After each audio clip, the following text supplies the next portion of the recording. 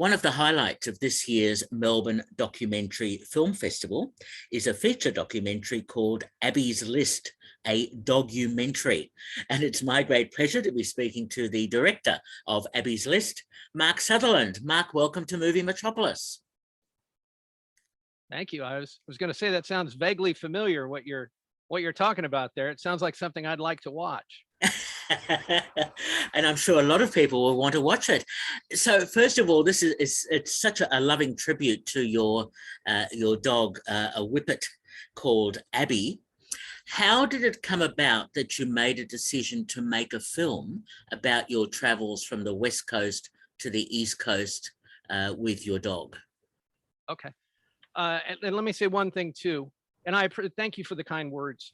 One of the things that I really tried to do was to make sure that it didn't come off as a tribute, because it was really important to me that we shared a story that would connect with everybody, and so that it wasn't just about Abby, but that it was about you and them and everybody else who's maybe had a similar experience with a pet but wasn't able to do what we did. So, but saying that, we were in Southern California. My friends invited us to go sailing for the day. I asked if I could bring Abby along. It was this beautiful old vintage 40-foot wooden yacht. At some point, they asked if I wanted to let Abby take the wheel. And on a lark, we did. And we set a GoPro camera in front of her. And I knew she was enjoying it at the time.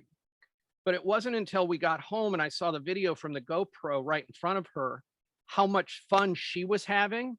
I was like, wow, this is something special. I hadn't seen her smile like that in a long time. She was 14 years old at that point. And I knew we were on borrowed time because I'd lost my other two whippets at 13 from cancer. So at that point, it was like, you know what? Let's do something. And I didn't know what that something was, but it was like, you know what? Let's get on the road for a few weeks and just do some stupid stuff together. And we'll shoot some Facebook videos to share with friends. And very quickly into it, we realized that she was having the time of her life. And just a few weeks into it, I literally watched her starting to age in reverse. And at that point, it was like, wow, this is really special. She's doing better on the road than she was at home because she's living life. She's not just waiting around to die. And she didn't have a terminal disease or anything. She was 14 years old, and her arthritis was really kicking in. So I knew we were on borrowed time. Anyway, long story short, that was about the time that we went crazy viral to the tune of about 5 million views. And we said, you know what, let's do this for Abby, and because there are millions of people out there that this has struck a chord with. And so at that point, it became more than just doing Facebook videos. We realized that we needed to shoot a whole film. Well, congratulations on doing that, because it has all come together so well, and it's such a fascinating journey. Tell me about the logistics, because having a single camera, I suppose, and you were filming pretty much all of it, that must have been quite a task for you to keep that filming up over that period of time. It was. There were a lot of challenges. My lead actress was a dog that didn't speak English. And I was in the film, obviously, but I don't really need that. That's not something that I necessarily wanted to do, but it was very important to the story. I had to be in it to support the story and make it happen. So there were some real challenges. Also, this was about Abby primarily. So the whole idea was do this for her and take her around and let her see life, let her live life and see life beyond where, our little town. And so when we were shooting something, we had one shot at it, one take, because I wasn't going to do what you'd normally do on a film, which would be shoot it until you get it right. That was one of the biggest challenges because I had to keep her in mind primarily. And yeah, I'd stick a camera on a tripod. I started shooting with a Nikon D600 and an old GoPro, and that was pretty much it. I think we had an old mirrorless camera too that was total crap. But uh, and then about 1/3 of the way through the film, it's pretty funny because you'll see the production quality drastically improves because we'd gone viral at that point, and I was able to use that in the trailer to raise some additional funding to help buy some better gear. Um, and then the simple answer to your question was I was lucky enough that I met this girl from England named Sophie literally a week before we left. And she traveled with us for a little over 2 weeks. So she was able to shoot Abby and me while we were doing stuff. And then sometimes she'd shoot us doing stuff. And then she'd watch Abby for a little while I'd go around and shoot some B-roll. And then I had a couple other friends who would travel with us, or somebody I'd call and say, hey, we want to go to DC. Do you mind? Are you free? Can you operate a camera? And these weren't professional camera operators, but you know what? It worked. And there were some of my favorite shots in the film. Probably my very favorite shot. I put the camera on a tripod in Florida. It's the most gorgeous tripod the most gorgeous sunset you've ever seen. Put the camera on a tripod, took Abby, and walked into frame to watch the sunset. And it was just magnificent. And there was nobody there to operate the camera. It was just, Abby and a tripod and myself. Well done on that. That comes across really well. And the journey is such an interesting one because you do encounter some really interesting people like Bill Farmer, the voice of Goofy. It was and Abby had just the best reaction, which was what I was hoping for, which is she was face to face with the most famous dog in the world, and she couldn't care less. That to me is hilarious. And of course, Bill was such a good sport, doing the voice and the rest of it. I think that's part of the humor of the film is we tried to come up with challenges and over the top stuff to make it a little absurd. And I think that's where in the absurdity is where the humor lies quite often. Like, again, meeting Bill Farmer, who arguably is the most famous dog in the world, or I don't know if you guys know who Jack Hanna is over there, but Jack Hanna is director of the Columbus Zoo. Yep. And he's a big television star over here, most famous zoo director in the world. And he pet sit Abby for the day. And, and she didn't know that. But I found that sort of stuff a lot of fun. Or when we went to Vegas, I knew we wanted to, she loves room service, and just like any dog loves food. So we went, okay, where's the most ridiculous place we can go get her room service? So we went to Vegas, and they gave us a tower suite for the price of a regular room. It's like a $3,000 a night suite. And, and she was in heaven, and surprised me too, because she was captivated by the view. And I didn't know whether she'd, be captivated by the view up high in the hotel, but she realized that she was watching, she realized she was in a different place. But had a lot of fun with those sort of things, and had a lot of fun with just trying to come up with ridiculous challenges, stuff that she'd enjoy doing, that I'd enjoy doing, but would also be fun for the viewers. Like, taking her to Sequoia National Forest so she could pee on the tallest trees in the world. What dog wouldn't like that? It's all good fun in many respects. I really enjoyed that. I always found it interesting because not all places would be pet friendly. And so going to various hotels or various locations would sometimes cause an issue perhaps for you in terms of allowing a dog. Yeah, we did have to sneak her into a couple of hotels, but we were surprised. There were more dog-friendly hotels this time than we expected. Most of them you had to pay a few bucks more, but now if I'd been doing it with an Irish Wolfhound, maybe not, but a 35-pound Whippet, most places were accommodating. And again, like the Mirage in Vegas, they bent over backwards to make us comfortable. And so it was surprising, and it was It was nice. And the other thing too in Vegas that was so funny was everybody kept coming up to Abby. It was like she had fans already, and and uh, and we just, we showcased a little bit of that in the film, but it was a lot of fun to watch. And some other magical things happen you'll see in the film, but we took her to SeaWorld, and the dolphin ignored 30 people over to our left, and almost all of them were right in front of Abby in the aquarium there. And it was just, just get you right there. It was like, there was some magic that was happening. That's the other thing about this film. Abby lived almost 3 years. She's passed away now. She lived almost 3 years, and we didn't expect her to live more than, 3 months. And that's pretty extraordinary.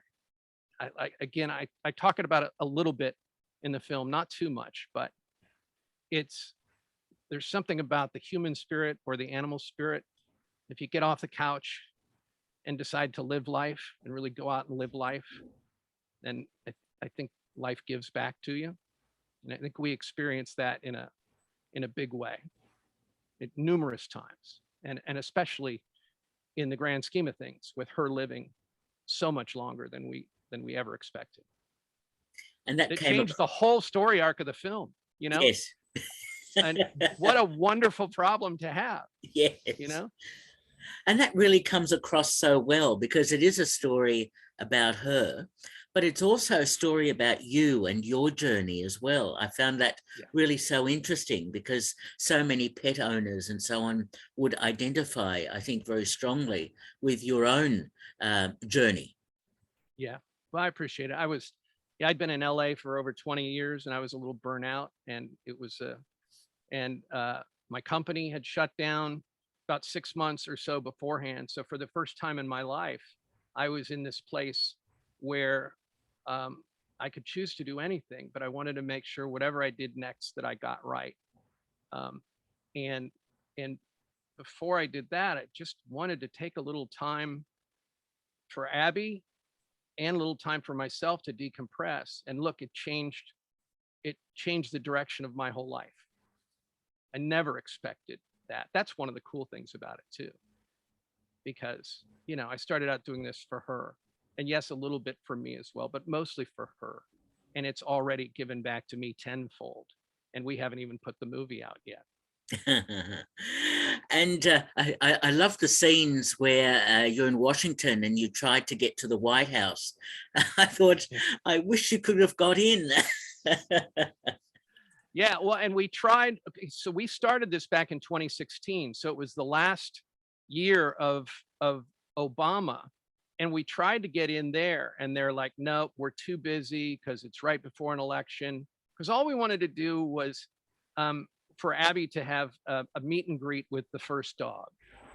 And we thought, how great would that be if Abby and Bo could meet and run around the lawn there. And so sadly that didn't happen. But then when we got closer, we're like, well, what do we have to lose? And I had a friend there, and she said, I think we might be able to get you in. Just come up here and we'll make it happen. And then at the last minute, there were some challenges. But what ended up coming out of that was honestly even better, especially in our current political environment. If I'd gotten into either White House, the half of the country would have despised Abby and me for going into that White House. And ultimately, what came out of that ended up being even better than the White House. How interesting. Now, in documentary filmmaking, you always shoot, of course, so much footage. And as you said, you shot so much, and B-roll and all that sort of thing. How did you go with the edit? Because editing a film is never easy, a documentary. You must have made some really difficult decisions sometimes about what stayed in the final version and what you had to remove. Yeah, that's a great question, because of course, when you're shooting a documentary, if you shoot it kind of loosely like we did, then you know what you've done, but you really don't know what you can use in the story until you see the footage. And then you really write your I mean, I had an outline of some things that I wanted to do along the way, and we just kind of let the story take us where it would. And then when we got home, or I say home, I'm still here in Columbus, Ohio, because I decided to stay here. But when I got back here and started editing, then it was time to write. And that was challenging because Abby was next to me on the couch, and she was starting to go downhill. And so it was real emotional trying to put together this film that shared our voyage with the world, and then watching her health slip, and stopping what we're doing to give her some CBD oil, or to give her some chemo and take her for a little walk, or that sort of stuff. One of the challenges that I had early on was a lot of the music choices that I made were just a little too heavy, because that's what I was going through at the moment. I was watching her die. And so I was choosing this music to put under it that made me feel better, and scratch that itch. And ultimately, there's some of that I kept in, but a lot of that I swapped out for stuff that was a little happier, because it became very obvious to me that in order for this film to succeed, and for people to enjoy it as much as we did, that 70-80% of what we're doing had to be fun. Come along for the fun, and then at some point things will get a little bit sad, and then hopefully they'll get super inspiring again, and then they'll get sad again, and then super inspiring at the end. So it was the edit was a challenge. It took me 3 years to edit it. I started 2 years into it, so it's been 5.5 years since we did this now. What a journey. Yeah. But I hadn't edited a film before, and I produced and directed some TV, but I'm a radio guy by trade, and I'd never done a film. One of the other challenges was, as a radio guy and as somebody who's produced and directed some television, I knew how to tell a story, but I was much better at telling, short stories. Or like as a radio person, your stories are 1 minute a piece. You've got a beginning, a middle, and an end. But then in the film, I had all these vignettes, all these experiences that we had. And then I had to take those short 3-minute stories and find an overarching story arc that worked. And so that was a challenge. I think it does work really well, but it was a challenge. It was a learning experience for me. The old cheap, fast, good triangle, that you can have 2 of the 3. You can never have all 3 cheap and fast and good. So, we focused on good and cheap, and we weren't able to do this quickly. I say it was 99% of it was myself. And then obviously an awful lot of people touch a film, but most of it came down to me. And we were able to do it cheaply. By cheaply, I mean the budget was $150,000, which, to be able to buy the gear, travel for on and off for 3 years, and then post the whole film.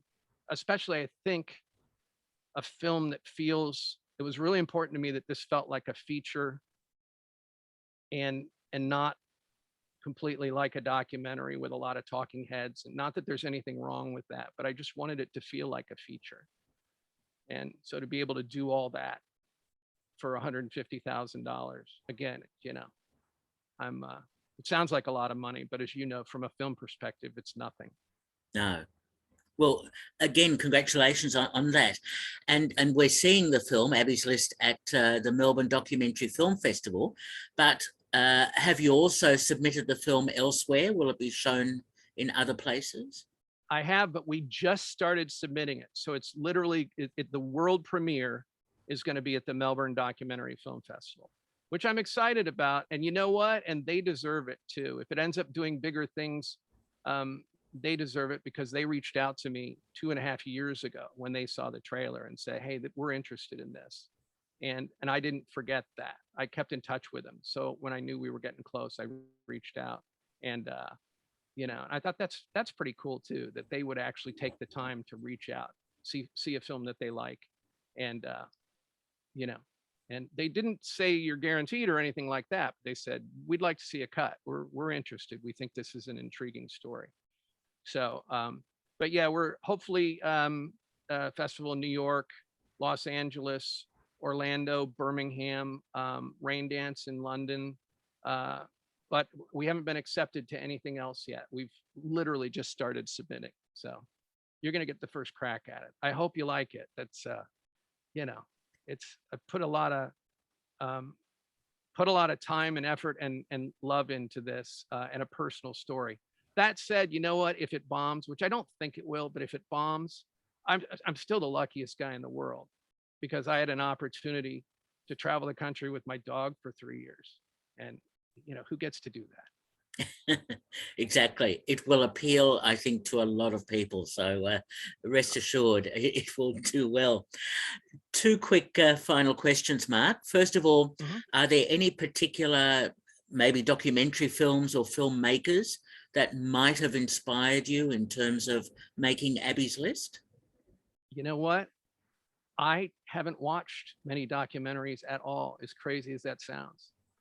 One thing that kept coming up while we were out doing this was people kept asking me, have you seen Travels with Charlie, a famous book? And I purposely didn't read it because I didn't want to copy it. I felt it was, and you know, there are two thoughts on it. I vacillated back and forth as we went. Like, gosh, I could get some ideas, but then at the same time, I really didn't want to emulate something. So no, in a lot of ways, I wish that I'd watched more docs.